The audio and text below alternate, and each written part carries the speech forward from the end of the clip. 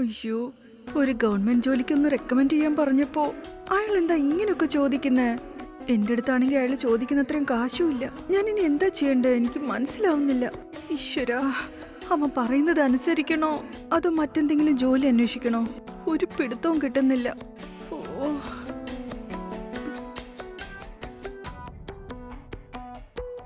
Sir, നിങ്ങളോടുള്ള വിശ്വാസം കൊണ്ടാ നിങ്ങൾ ചോദിച്ചതിനൊക്കെ ഓക്കെ പറഞ്ഞത്.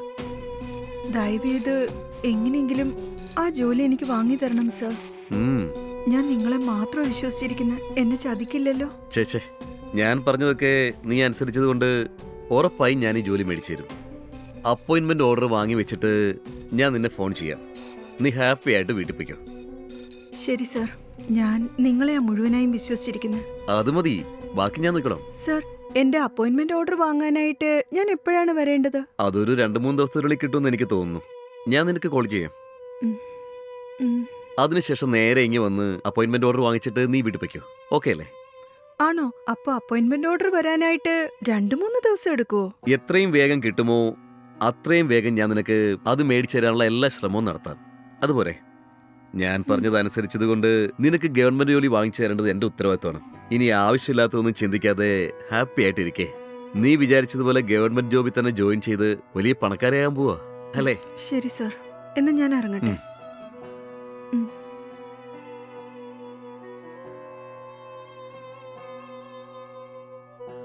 സർ, ഞാൻ നിങ്ങളെ വിശ്വസിച്ചതുകൊണ്ടല്ലേ നിങ്ങൾ പറഞ്ഞതൊക്കെ കേട്ട് അതിനൊക്കെ സമ്മതിച്ചത്. പക്ഷേ നിങ്ങൾ ഇങ്ങനെ ചെയ്യുമെന്ന് ഞാൻ ഒരിക്കലും പ്രതീക്ഷിച്ചില്ല. അതെടി, നമ്മൾ രണ്ടുപേരും ഒരുമിച്ചിരിക്കുന്ന ആ വീഡിയോ പുറത്തു വരാതിരിക്കണമെങ്കിലേ ഞാൻ നിന്നെ വിളിക്കുമ്പോഴൊക്കെ നീ എന്റെ അടുത്ത് വന്നേ പറ്റൂ. അങ്ങനെ വന്നാൽ മാത്രമേ ഞാൻ ഈ ജോലി വാങ്ങിച്ചു തരൂ. ഗവൺമെന്റ് ജോലി അത്ര എളുപ്പമൊന്നുമല്ല. 10 ലക്ഷം രൂപ ഒരു പ്രാവശ്യം വന്നിന് ഞാൻ കൊടുക്കുന്നു വിചാരിച്ചോ? സർ, നിങ്ങൾ ഒരു തവണ മതിയെന്ന് പറഞ്ഞതുകൊണ്ടാ ജോലിക്ക് വേണ്ടി മനസ്സിലാഞ്ഞിട്ട് ഞാനിതിന് സമ്മതിച്ചേ. നിങ്ങളിപ്പോ എന്താ ഇങ്ങനെ മാറ്റി മാറ്റി പറയുന്നേ? ദയവേത് നിങ്ങൾ എന്നെ ചതിക്കാൻ നോക്കരുത്. എടി, ചുമ്മാ സിനിമ ഡയലോഗ് ഒന്നും എന്റെ അടുത്ത് ഇറക്കാൻ നോക്കല്ലേ. ഞാൻ 10 ലക്ഷം രൂപ നിനക്ക് വേണ്ടിയാണ് ഓഫീസർക്ക് എണ്ണി അങ്ങോട്ട് കൊടുത്തത്. ഞാൻ വിളിക്കുമ്പോഴൊക്കെ വരാമെന്ന് പറഞ്ഞാൽ ഇപ്പൊ തന്നെ നിനക്ക് അപ്പോയിന്റ്മെന്റ് ഓർഡർ വാങ്ങിച്ചു തരാം. എന്താണ് മാഡം, മാഡം ഓക്കെ ആണോ? Sorry sir.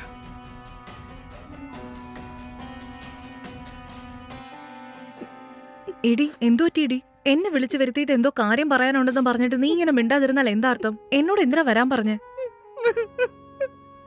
എടി, നീ എന്തിനാ കരയുന്നേ? അതിന് മാത്രം ഞാൻ എന്താ ചോദിച്ചത്? അർജന്റായിട്ട് എന്നോട് വരാൻ പറഞ്ഞിട്ട് നീ എന്തിനാ മിണ്ടാതിരിക്കുന്നല്ലേ ചോദിച്ചുള്ളൂ. അതിനെന്തിനാ നീ ഇങ്ങനെ കരയുന്നത്? എന്നെ ഒരാള് പറ്റിച്ചടി. എന്തോ പറ്റിയിടി? എനിക്കറിയാവുന്ന ഒരാള് മാസം 50,000 ശമ്പളം കിട്ടുന്ന പോലെ ഗവൺമെന്റ് ജോലി വാങ്ങി തരാന്ന് പറഞ്ഞു. എടി, ഇങ്ങോട്ട് നോക്ക്. നീ ആദ്യം കാര്യം എന്താന്ന് പറഞ്ഞിട്ട് കരയൂ, അല്ലെങ്കിൽ കരഞ്ഞു തീർത്തിട്ട് കാര്യം എന്താന്ന് പറ. ഒന്നും പറയാണ്ട് ഇങ്ങനെ കരഞ്ഞോണ്ടിരുന്നാ ഞാൻ എന്ത് ചെയ്യാനാ? നീ അതേ കാര്യം എന്താന്ന് പറ.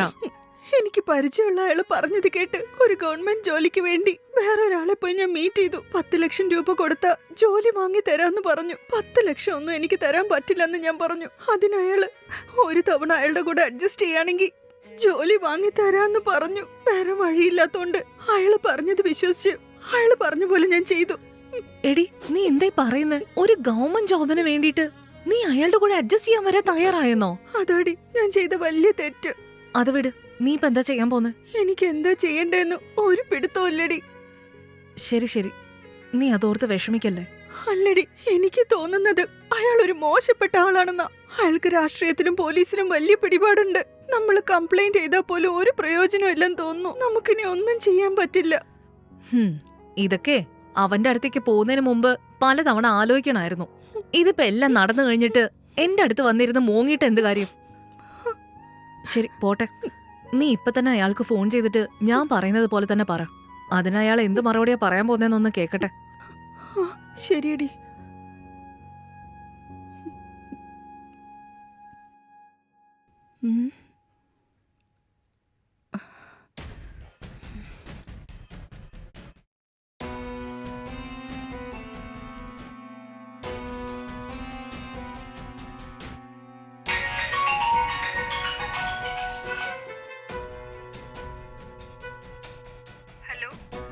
രേഖ, പറയൂ രേഖ.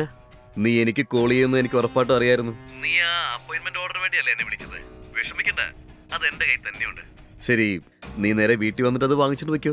എന്ത്, ഞാൻ അങ്ങോട്ട് വരണമെന്നോ? എനിക്ക് അങ്ങോട്ടൊന്നും വരാൻ പറ്റില്ല. എനിക്ക് പകരമായിട്ട് എന്റെ ക്ലോസ് ഫ്രണ്ട് ഒരുത്തിയുണ്ട്.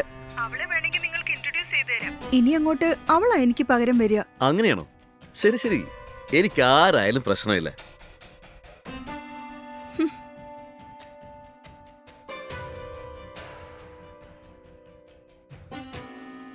ഇതാണ് എന്റെ ഫ്രണ്ട് അനുപമ.